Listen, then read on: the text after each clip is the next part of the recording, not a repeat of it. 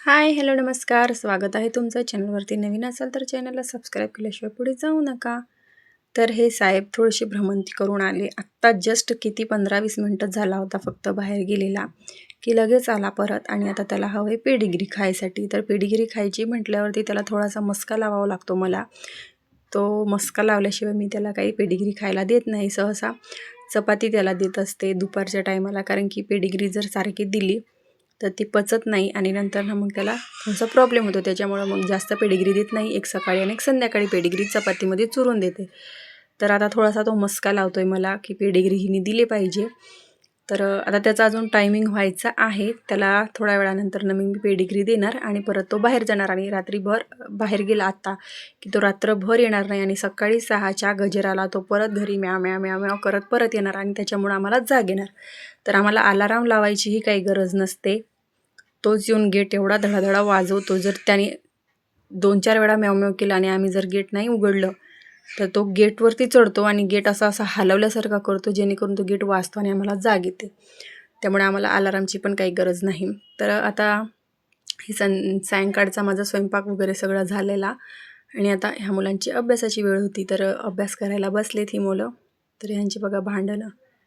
आजच ह्यांना दोघांना नवीन बॅग घेऊन आणल्या. एकाला 250ची आणि एकाला जी श्रावणीची आहे ती 450 रुपयाची बॅग आहे आणि आणल्या दिवशीच त्या पोरीने फाडली.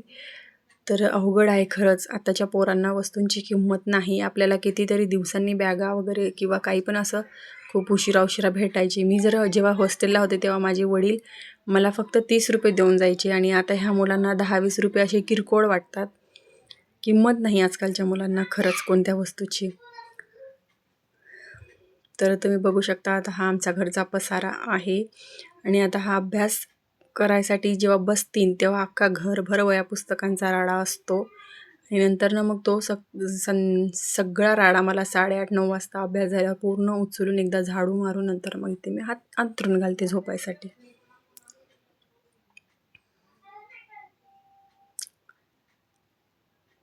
हा जो ड्रेस मी घातलेला आहे हा माझ्या भावानी ऑनलाईन ऑर्डर केलेला मेशोवरून. मला वाटतं 255 का 355चा समथिंग हा ड्रेस आहे. खूप छान आला.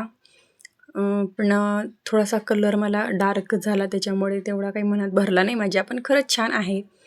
असो, पण मेशोवरती इतके स्वस्त छान छान ड्रेस भेटतात खरंच.